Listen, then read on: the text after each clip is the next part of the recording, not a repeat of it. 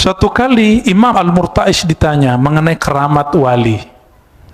Kita percaya keramat wali karena itu ada di Quran. Asif bin Barkhiyah, salah satu masih keluarga dari Nabi Sulaiman alaihissalam, itu mungkin anak tantenya, kira-kira begitu, berarti sepupunya. Namanya Asif bin Barkhiyah. Itu bukan nabi, bukan rasul, tapi mampu memindahkan istana Bilqis dalam sekejap. Apa amalannya? Amalannya adalah Ismul A'zam, ya, nama Allah yang agung. Itu jadi wirid nafasnya, sehingga apapun yang dia pegang berkat, apa yang dikehendaki Allah tunaikan.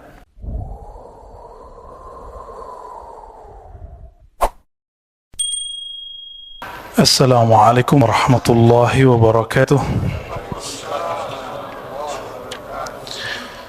Innal hamdalillah nahmaduhu wa nasta'inuhu wa nastaghfiruh wa na'udzu billahi min shururi anfusina wa min sayyiati a'malina.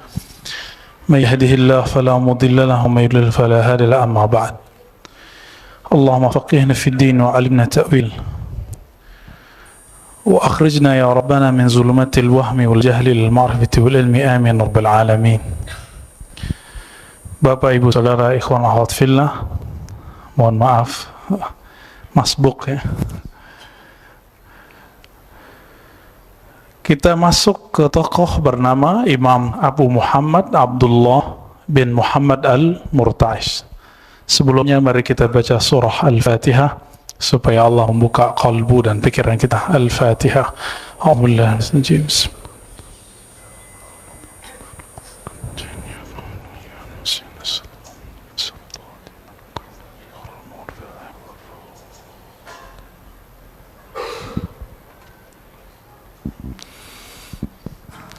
Imam Abu Muhammad Al-Murta'ish ini imam yang pernah berguru kepada beberapa syekh yang semasa dengan Imam Junaid Al-Baghdadi, Sayyidut Ta'ifah. Di antara gurunya namanya Abu Hafs Al-Haddad. Ada juga Abu Uthman Al-Haddad. Jadi dari dulu sudah ada yang disebut Al-Haddad. Tapi Al-Haddad di sini ada yang Haddad ahli besi, ada yang Haddad Sayyid, zuriyat Rasulullah sallallahu alaihi wasallam. Dan disebutkan bahwa laqiya Junaid wa sahibah. Dia pernah bertemu Imam Junaid, bahkan menjadi muridnya. Sahibah dalam bahasa Arab, sohbah artinya berguru. Bersohbah artinya berguru. Imam ini bukan orang Baghdad, bukan orang Saudi, dulu nggak ada Saudi ya, bukan orang Mesir, tapi orang Persia dari kota Naisapur, satu kota dengan Imam Muslim. Imam Muslim namanya Muslim ibn al-Hajjaj An-Naisaburi, dan beliau juga bernama Abu Muhammad Al-Murta'ish An-Naisaburi. Beliau juga kemudian hijrah. Jadi dari dulu orang-orang itu merantau. Kemana beliau merantau? Ke Baghdad. Sehingga Imam Abu Abdullah Ar-Razi mengatakan, kana masyayikhul Iraq yaqulun ajaibu Baghdad fi tasawuf salas. Dulu ulama-ulama qalbu, yang kita sebut ulama tasawuf di Irak, mengatakan yang pakar ilmu ini di Baghdad hanya 3 orang di masanya setelah Imam Junaid wafat. Siapa saja? Yang pertama, orang yang bulan lalu kita bahas, Imam Ash-Shibli wa isyaratuhu. Imam Shibli dengan isyarat-isyarat uniknya. Lalu wa nukatul Murta'ish, dan komentar-komentar dari Imam Al-Murta'ish yang kita sebut barusan, wa hikayat Ja'far Al-Khuldi, dan hikayat cerita kisah-kisah Imam Ja'far Al-Khuldi. Imam yang ketiga dan kedua ini kurang populer. Yang lebih populer adalah Ash-Shibli. Kenapa? Karena Imam Shibli pernah berinteraksi dengan sufi kontroversial namanya Al-Hallaj. Pernah dengar ya? Hallaj yang wafat 309 Hijriah di tiang gantungan. Kenapa? karena dia dituduh mengatakan haji cukup di rumah. Tapi ternyata dia tidak pernah mengatakan itu. Lalu dia dituduh oleh orang-orang setelahnya dengan sufi batini, sufi kebatinan. Kenapa? Karena dia mengajarkan hulul, Allah berpindah ke dalam hamba. Tapi semua itu tidak benar, saya sudah buktikan, ternyata itu cuma tuduhan. Betul ada, tapi bukan dia, tapi Syiah Ghulat. Kelompok Syiah yang Ghulat, yang Syiah Imamiyah sendiri mengkafirkan mereka. Apalagi kaum Sunni. Ya, kita Ahlus Sunnah wal Jamaah tiada ada urusan hamba jadi Tuhan. Tuhan jadi hamba itu taklim apaan ya? Beliau meninggal di Baghdad tahun 328 Hijriah. Berarti 4 tahun setelah Imam Abul Hasan al-Asy'ari. Jadi ini zaman kegemilangan. Muncul Imam Aqidah Abul Hasan Asy'ari, Tahawi, Abu Mansur al-Maturidi. Juga muncul Imam Ibn Surayj dalam ilmu fiqih. Dalam ilmu qalbu muncullah Imam Shibli, Imam Ja'far al-Khuldi, kemudian imam ini, Imam Abu Muhammad al-Murta'ish. Apa petuah-petuah beliau? Di kitab matannya tidak disebutkan, tapi dalam hasyiah yang saya pegang disebutkan. Salah satu kalimat beliau yang betul-betul kena buat saya, nggak tahu kalau buat antum ya. Apa kata beliau? Sukunul qalbi ila ghairil maula ta'jilu aqubatin minallahi tabaraka ta'ala fid dunya. Ciri-ciri siksaan itu telah Allah takdimkan. Apa arti takdim? Kalau kita bilang jemaah takdim artinya apa? Dimajukan. Ciri-ciri jika siksaan uqubah, siksaan Allah Ta'ala, Allah majukan di dunia. Apa itu? Sukunul qalbi ila ghairil maula. Ketika qalbu ini bergantung, berkiblat bukan kepada Allah Ta'ala. Kalau seorang ustadz itu problemnya dua aja, kemiskinan sama popularitas. Kalau awam problemnya kejahilan dan hubbud dunya, cinta dunia. Kalau anak-anak hatinya gantung ke mainan, maka mainannya pecah, teriaknya bukan main. Tapi tambah umur mainan berganti. Seumur kita ini, seumur bapak ini mainannya apa? Rumah, mobil, handphone, smartphone, apalagi semuanya. Bahkan tidak jarang kita yang mempermainkan kalbu kita sendiri. Ini kita, saya dan kita semua. Maka rasakan ketidaknyamanan jika kalbu ini bergantung bukan kepada Allah. Coba rasakan, sholat kalau kalbunya nggak berkiblat kepada Allah, tersiksanya kaki ini bukan main. Imam kok panjang sekali, benar nggak? Itu siksaan yang Allah majukan. Semoga siksaan itu menggugurkan dosa-dosa kita. Tuh, terhibur lagi. Padahal ini bukan untuk menghibur nih Pak. Ini kalimat ternyata kita semua kena. Alimkah dia kena? Muta'alim, orang yang belajarkah dia kena? Jahil dia kena? Yang tahu dia kena? Kena semua. Apalagi orang yang belajar kitab ini seperti kami, itu dosanya lebih gede. Oleh karena itu, ketika seorang ustadz, seorang dai, seorang ulama bukan berkiblat kepada Allah, apa yang terjadi? Muncullah satu sifat.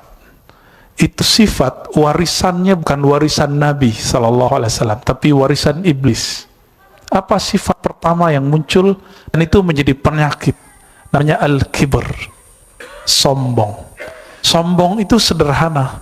Saya merasa lebih baik dari orang. Saya merasa tidak perlu menerima advice dari orang. Maka yang hadir hari ini, malam ini, insya Allah pertanda yang nomor 2-nya sudah hilang. Menolak advice dari orang, insya Allah itu sudah hilang. Tapi yang nomor pertama, ghamtun nas, merendahkan orang mungkin belum hilang. Hati-hati. Seorang yang bermanhaj dengan satu aliran meremehkan aliran lain. Yang bertorekot sufi dengan suatu torekot merendahkan torekot yang lain. Yang bermazhab fikih dengan satu aliran fikih merendahkan fikih yang lain. Itu ghamtun nas. Kenapa itu tidak hilang cukup dengan takbir Allahu Akbar? Bukankah Allahu Akbar itu tidak ada lagi manhaj, tiada lagi mazhab, tiada lagi sunnah, tiada lagi bid'ah, tiada lagi saya, tiada lagi kita, yang ada hanya Dia, Allahu Akbar. Betul, secara fisik kita ada, tapi adanya kita diadakan oleh Dia. Maka wujud ini berutang kepada wujudnya. Bapak saudara, maka Allah, nah siapa saja yang kalbunya tidak tawajuh kepada Allah, tawajuh artinya menghadap, inni wajjahtu wajhiya lillah, aku hadapkan wajahku kepada Allah, fatir samawati wal ardh, pencipta langit dan bumi. Tidak usah jauh-jauh, langit itu roh kita, bumi itu tubuh kita, karena tubuh ini dari bumi.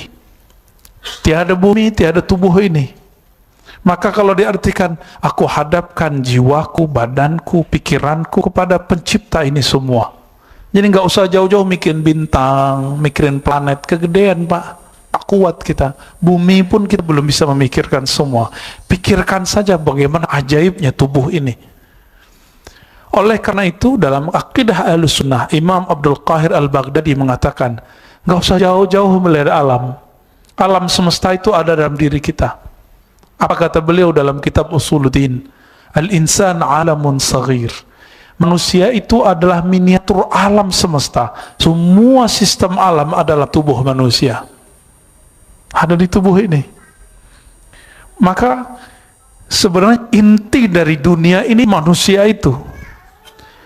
Maka Nabi SAW mengatakan, jika tiada lagi yang mengatakan Allah, Allah, itu taqumus sa'ah, maka akan berdiri, terjadi hari kiamat. La taqumus sa'ah hatta la yuqal fil ardi Allahu Allah. Tidak terjadi kiamat sampai tidak ada lagi yang membaca Allah, Allah. Makanya jangan salahkan, tolong jangan salahkan jika ada beberapa ahli zikir, zikirnya Allah, Allah. Dia telah membantu kita. Dia telah membantu kita untuk menangguhkan kiamat. Maka Bapak Saudara, makan Allah, betul, dalam ilmu fikih ada ikhtilaf, itu perdebatan fikih. Dalam ilmu zikir tidak ada ikhtilaf mengenai ini. Seperti ikhtilafnya ahli fikih mengenai sholat raghaib bulan Rajab.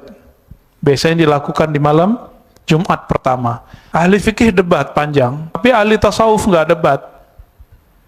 Syekh Abdul Qadir Jalani salat raghaib. Imam Abu Hamid Al-Ghazali salat.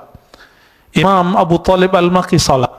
Imam Ibnu Salah Al-Hadis membela itu semua, tapi muridnya dan murid dari muridnya seperti Imam Nawawi itu menolak. Biasa ahli fikih.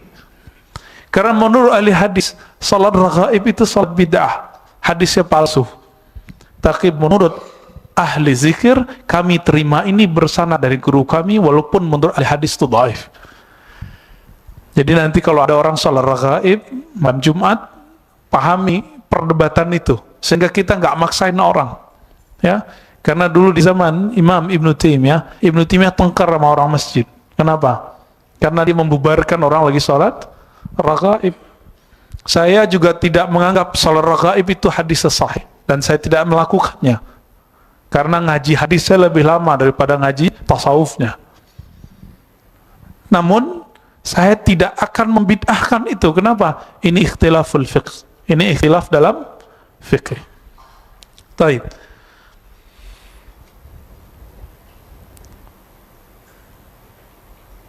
Suatu kali datang seseorang kepada beliau bertanya mengenai apakah amal paling tinggi. Ya rajulun al-Murta'ish. Datang seseorang kepada Imam Murta'ish An-Naisaburi. Apa kata beliau? Kata orang ini, Ayul a'mal afdal. Wahai Tuan Guru Al-Murta'ish, apakah amal paling mulia? Kira-kira kalau kita jawabnya apa? Pasti macam-macam nih, ya, pasti macam-macam.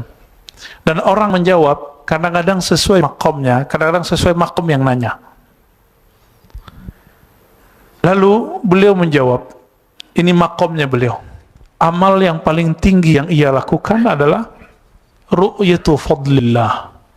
Melihat semua kurnia di dunia ini, anugerah di dunia ini bersumber dari Allah Ta'ala.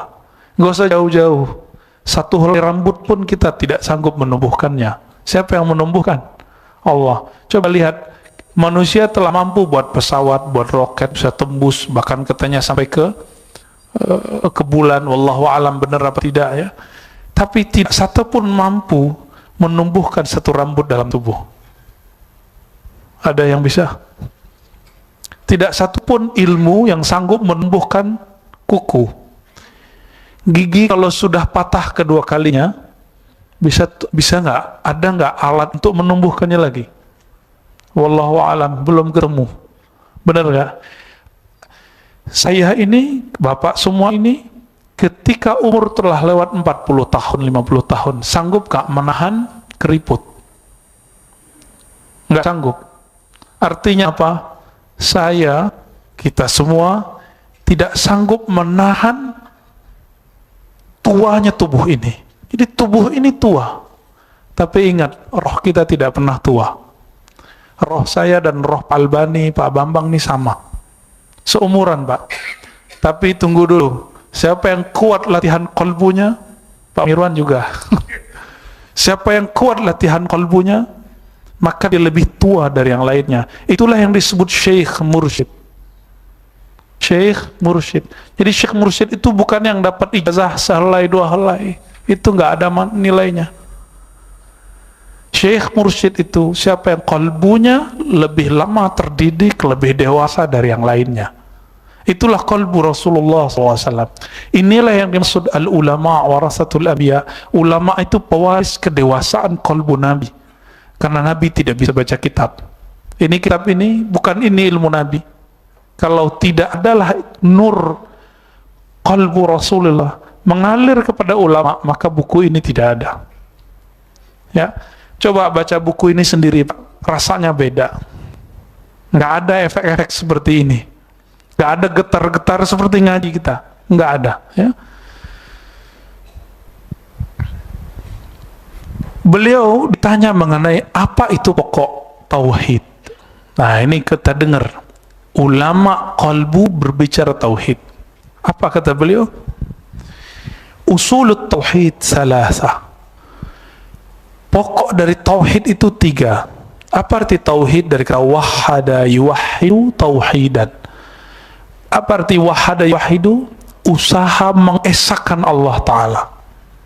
Usaha untuk membuang selain Allah dari kalbu. Itu disebut tauhid. Orang yang sampai di makom itu disebut makomnya makom tajrid. Tajrid kalbu, membuang selain Allah dari kalbu. Nah, ketika kita bekerja lagi sholat, itu rasa kalbunya nyambung kepada Allah sudah sama belum? Kalau belum disebut tajrid. Berarti masih ahwal, masih musim-musiman, masih berubah-ubah. Belum bermakom. Makom itu apapun kejadiannya dia nggak berubah. Coba lihat, kita sudah bermakom tahajud belum? Jika sudah bermakom tahajud, lagi sakit, lagi sehat, lagi safar, lagi traveling, lagi tidak traveling, inap di rumah, tahajudnya tetap dilakukan. Kalau sudah jadi makom, dia tidak akan hilang. Naik pesawat, naik kereta, naik mobil, semuanya sama. Nah, coba lihat dulu diri kita. Kalau enggak baru disebut ahwal. Ahwal itu mut-mutan. Kadang iya, kadang tidak. Kadang iya, kadang tidak. Apa kata beliau? Usulut tauhid ada 3. Ini beda dengan 3 usulus salasahnya Syekh Ibn Taimiyah. Ya, rububiyah, uluhiyah, asma' wa sifat. Ini beda ya. Apa kata beliau? Kalimatnya mirip-mirip. Ma'rifatullahi ta'ala birrububiyah. Pokok tauhid pertama adalah ma'rifat. Ma'rifat apa? Apa arti ma'rifat? Knowledge, pengetahuan. Mengetahui dengan mantap bahwa Allah Ta'ala itu punya sifat rububiyah. Inilah perbedaan antara akidah Ahlussunnah Asy'ariyah dan akidah Ahlussunnah selain Asy'ariyah. Begitu juga Sufi. Bagi Sufi, Asy'ari, Maturidi, Tahawi, tauhid rububiyah itu adalah satu paket dengan tauhid uluhiyah. Apa arti rububiyah? Keyakinan bahwa Allah pencipta. Tapi datang setelah 7 abad, datang Syekh Ibn Taimiyah, lalu dia membedakan uluhiyah beda dengan rububiyah. Orang Arab musyrik sampai kepada makom rububiyah, tapi tidak sampai ke uluhiyah. Ini kata siapa? Ibn Taimiyah. Akhirnya Ibn Taimiyah mengatakan musyrik pun bertauhid, tapi baru tauhid rububiyah. Apakah ini benar? Ini telah dibantah oleh Imam Subki, Imam Jahbal, dan imam-imam yang lain. Dan Al-Quran sendiri menjelaskan tidak seperti itu. Contoh, nggak usah jauh-jauh.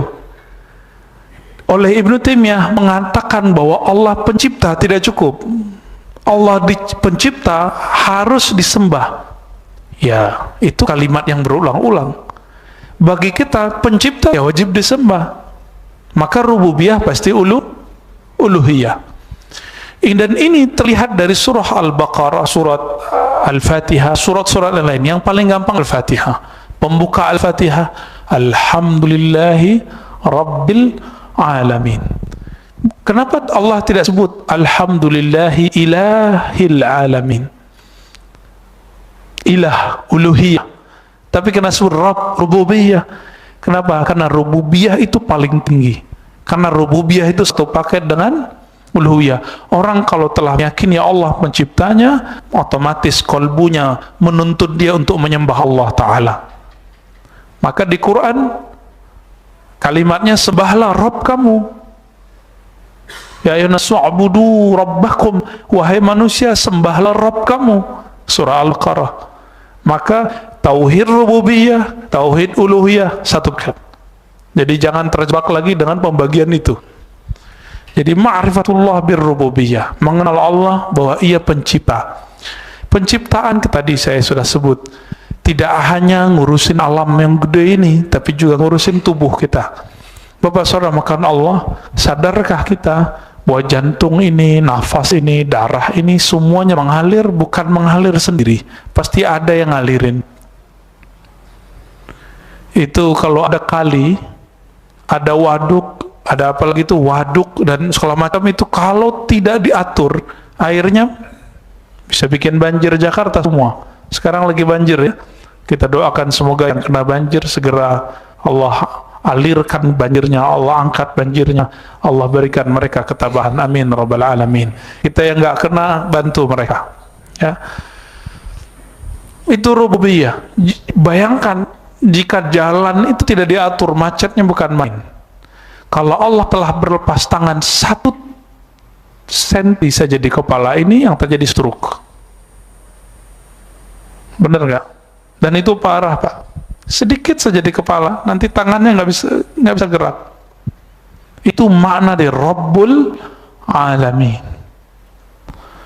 Maka ikut olahraganya Pak Mirwan ya. Wal iqrar lahu bil wahdaniyah. Yang kedua, setelah kita mengenal Allah pencipta, bahwa tubuh ini nggak mungkin kita yang atur, ternyata Allah yang atur. Tadi kita sudah sebut, tua pun kita nggak bisa tahan. Tanda kalau tubuh ini bukan kita yang punya. Tubuh ini bagian dari alam, maka Rabbul Alamin arti lainnya pemilik alam. Tubuh ini bukan milik kita, tapi milik Rabbul Alamin, Allah Ta'ala. Jadi jangan pernah kemudian nganggap saya yang berkuasa ke tubuh ini, tidak. Yang kedua apa kata beliau? Tauhid itu adalah ikrar bil wahdaniyah, mengikrar. Udah bahasa Indonesia ya? Mengucapkan penetapan, pengakuan bahwa dia Maha Esa. Inilah inti dari surah Qul Huwallahu Ahad. Qul huwallahu ahad. Katakanlah hai Muhammad, dia itu Esa. Saya sudah pernah syarah dan tafsirkan ini. Qul, katakan hai Muhammad sallallahu alaihi wasallam. Dalam bahasa Arab biasanya nama yang zahir, nama yang populer itu ditaruh di depan Allah. Tapi sekarang nama ganti, kata ganti ditaruh di depan huwa. Huwallahu ahad. Seharusnya gimana? Allah huwa ahad bisa, atau Allah ahad cukup. Seperti saya bilang, Pak Bambang orang soleh, bukan dia Bambang. Nah itu bahasa Melayu lama itu, karena menerjemahkan bahasa Arab. Tapi Bambang gitu namanya dulu, baru disebut, setelah titik baru kita sebut dia. Coba lihat di ayat kedua Allah sebut Allahus. Allah itu mewakili si huwa. Oleh karena itu huwa min asma'illahil husna. Huwa salah satu asma'ul husna, dan ini telah diisbat dan diittifaqkan oleh ulama-ulama ahlu sunnah. Imam Abdul Qahir, Imam Syahrastani, Imam Ghazali, Imam Fakhruddin Ar-Razi, semua imam-imam ahlu sunnah mengatakan itu asma'ullah. Katakanlah dia itu Allah. Apa arti huwa selain dia? Saya kalau sebut kamu, Anda, orangnya di depan terlihat oleh mata fisik. Tapi kalau sebut dia, maka dia tidak bisa dicapai oleh mata fisik. Ini makna la tudrikuhul absar. Jadi huwa itu yang tertulis di Quran, dialah yang tidak dapat dicapai oleh mata fisik. Itu maknanya. Maka menyebut Allah, huwa Allah, artinya apapun yang tergambar dalam pikiranku itu bukanlah Allah. Karena nanti kalau buka YouTube, beberapa ahli zikirnya Allah, Allah, itu bukan berarti dia lagi ngusir nyamuk itu Pak, atau ngusir anjing, bukan ya. Hus bukan itu. Kenapa hu? Karena hu itu huwa, jika dia diwakafkan dia menjadi hu. Jadi itu boleh ya, tidak bid'ah. Nah ini kita sering-sering ulang, karena kebanyakan orang hari ini kalau dia nggak tahu, dianggap tidak tahunya tidak ada. Namun saya jarang zikir begitu. Saya lebih senang zikir la ilaha illallah ta'ala Allah Allahus samad, Allahus samad, ya latif, ya latif. Saya lebih suka zikir begitu. Dan yang ketiga, usul tauhid, pokok tauhid adalah nafyul andadi anhu jumlatan. Menegasikan, menolak tandingan-tandingan dari Allah Ta'ala jumlatan, secara total. Maksudnya sederhana, ketika kita sholat, apapun yang terbayang buang dengan kalimah Allahu Akbar. Selama masih terbersit yang lain selain Allah dalam zikir kita, dalam sholat kita, dalam baca Quran kita, ini belum tauhidnya, masih teori. Jadi beliau sedang berbicara tauhid praktis, bukan tauhid teori ya. Dan beliau juga ditanya setelah melihat keutamaan anugerah Allah, apalagi amalan yang paling afdal, lalu beliau mengatakan al-tasihul ubudiyah alal musyahadah. Amal paling tinggi itu adalah ketika kamu berusaha membersihkan, meluruskan ibadahmu bil musyahadah. Apa itu musyahadah? Berusaha merasa melihat Allah Ta'ala. Allah bisa dilihat? Tidak bisa dilihat dengan mata ini. Maka dia bisa dirasakan dengan basirah. Oleh karena itu perdebatan antara Sayyidatina Aisyah dan Sayyidina Ibnu Abbas itu selesai. Kata Ibnu Abbas, ra'a rabbahu, Nabi kita melihat Rabbnya. Kata Sayyidatuna Aisyah, enggak, dia enggak melihat. Maksud Ibnu Abbas biqalbi, Nabi melihat Allah dengan kalbunya.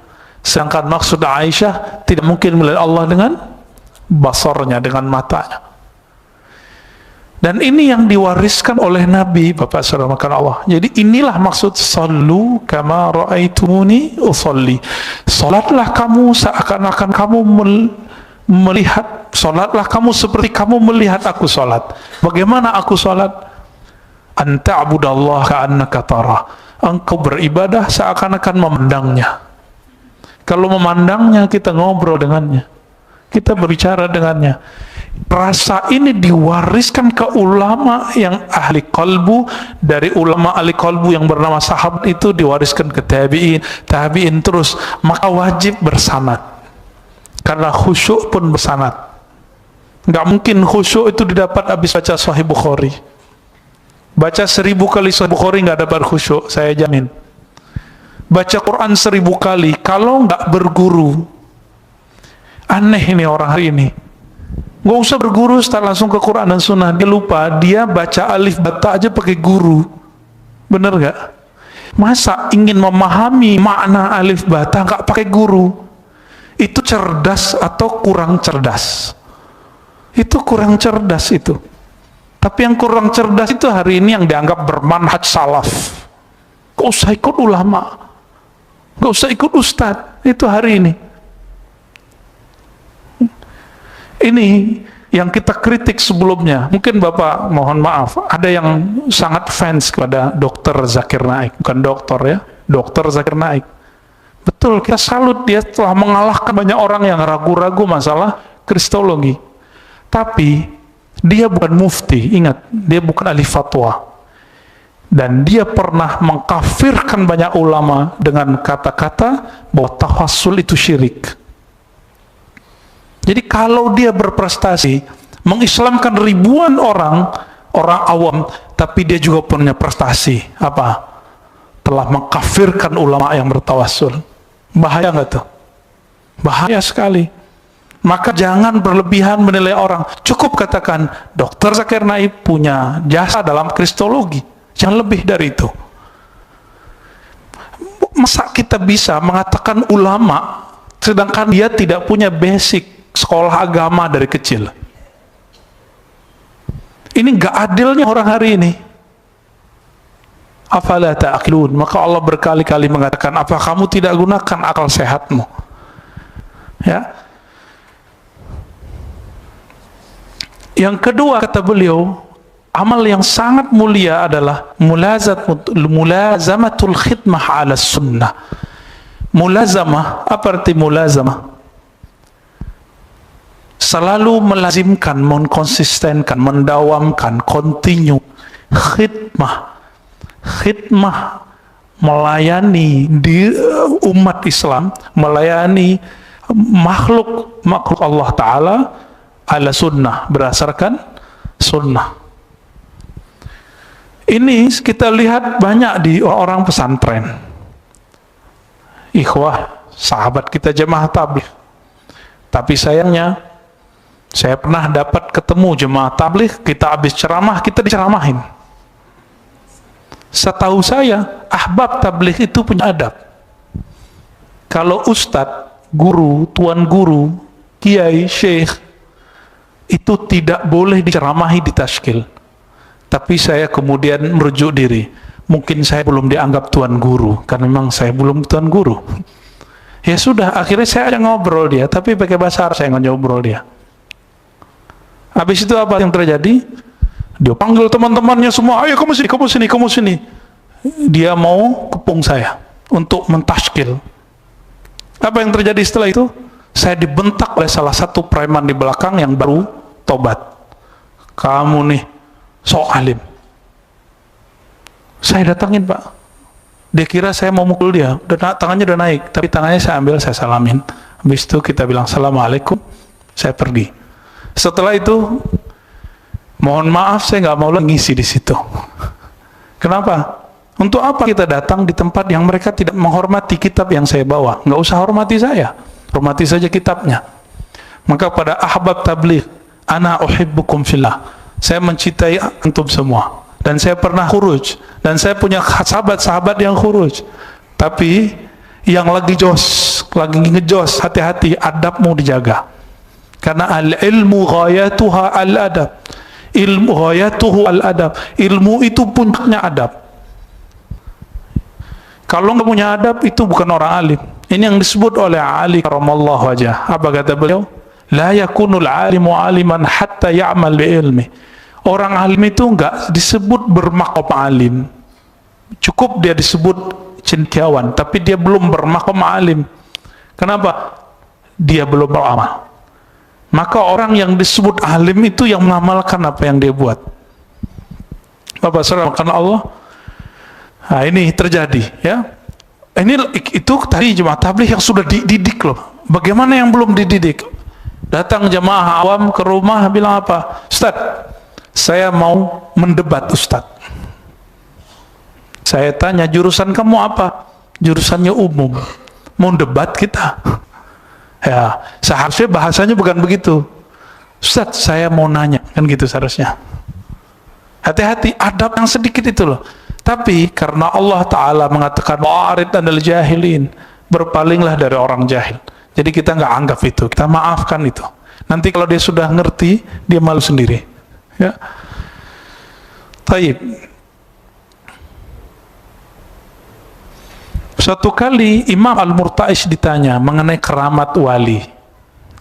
Kita percaya keramat wali karena itu ada di Quran.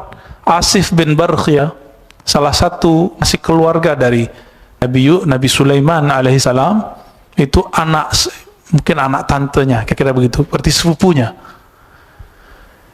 Namanya Asif bin Barkhiyah. Itu bukan nabi, bukan rasul, tapi mampu memindahkan istana Bilqis dalam sekejap. Apa amalannya? Amalannya adalah Ismul A'zam, ya, nama Allah yang agung. Itu jadi wirid nafasnya, sehingga apapun yang dia pegang berkat, apa yang dikehendaki Allah tunaikan. Maka kita percaya kejadian-kejadian luar biasa itu. Tapi Imam Al-Murta'ish ditanya, kalau ada orang bisa jalan di atas air, melayang di udara, ditusuk, dibacok, nggak mati-mati, itu keren nggak sih? Gitu. Itu pertanyaan orang ini. Tajam kan nih? Ya, ini debus-debus kena semua nih ya. Faqala indi man makkanahu min mukhalafati hawah fahuwa a'zamu min al-mashyi 'ala al-ma'. Kata beliau, bagiku, kata Imam Murta'ish, orang yang Allah mahkamkan dia, Allah istiqamahkan dia dalam keadaan mampu mengalahkan, menyelisihi, melawan hawa nafsunya seumur hidupnya, itu lebih keren, lebih hebat, lebih dahsyat, lebih keramat, lebih sakti daripada orang yang berjalan di atas air. Maka batal semua pak keramat kita. Baru keluar ada yang bening dikit, maka sudah hilang keramatnya. Itu saya, ya, bukan bapak ya. Benar nggak? Ada aib orang dikit, lidah ini nggak tahan untuk ngomongnya. Itu juga saya, ya, bukan bapak juga ya. Telinga ini dengar suara musik dikit, langsung mau dengerin. Padahal ada kitabullah yang lebih indah. Kira-kira seperti itu. Maka keramat kita batal semua. Kenapa batal semua? Karena keramat yang tertinggi adalah al-istiqamah ala mukhalafatil hawa. Istiqamah, keteguhan dalam menyalahi hawa nafsu. Salah satu hawa nafsu orang yang baru hijrah, baru ngaji adalah tidak suka berdebat. Kalau mampu tidak suka berdebat, nanti akan cepat proses hijrahnya. Tapi kalau suka debat, orang-orang yang suka debat itu akan punya satu penyakit kolbu, namanya qaswah. Kolbunya keras. Kerasnya lebih keras dari batu. Maka saksikan orang-orang yang keras hati ini. Jika ada ustadz yang tidak sepaham dia nggak mau datang. Jika ada orang yang tidak sepaham dengan dia nggak mau sapa.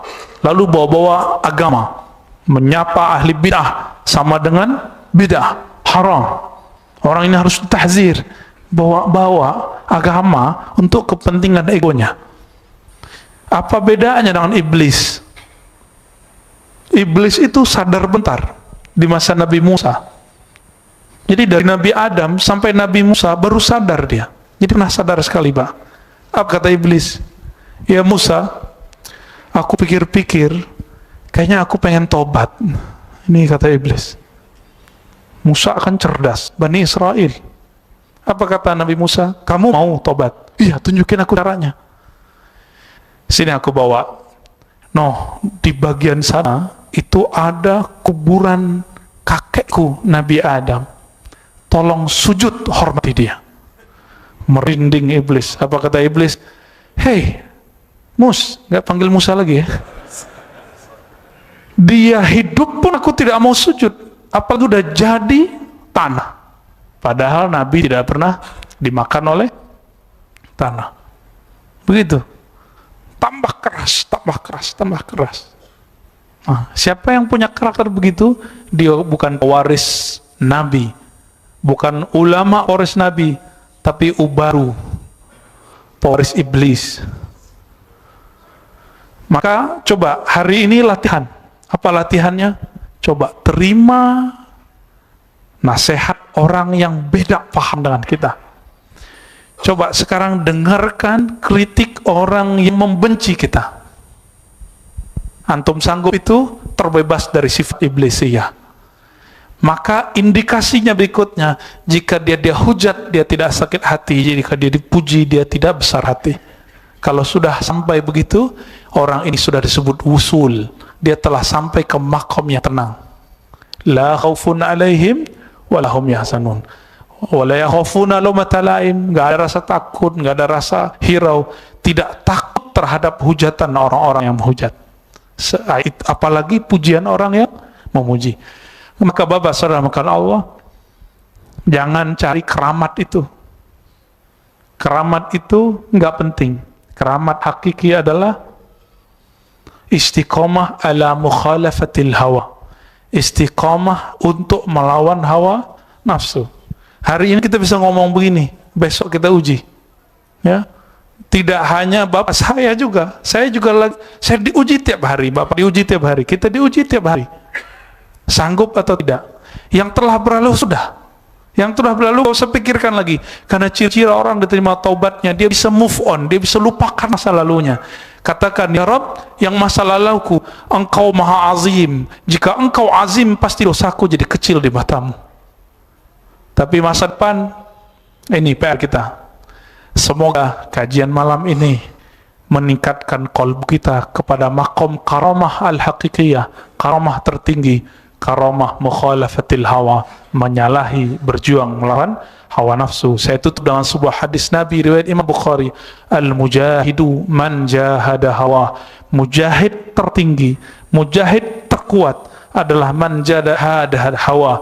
Menjahada hawa artinya yang berjuang melawan hawa nafsunya, bukan sekali, bukan dua kali, tapi berkali-kali, terjatuh bangkit lagi sampai mati. Itulah akhir dari perjuangan jihad kita. Wassallallahu ala nabi Muhammad, subhanallahumma wa bihamdika, asyhadu an la ilaha illa anta, astaghfiruka wa atubu ilaik. Wassallallahu ala nabi Muhammad, walhamdulillah. Assalamualaikum warahmatullahi wabarakatuh.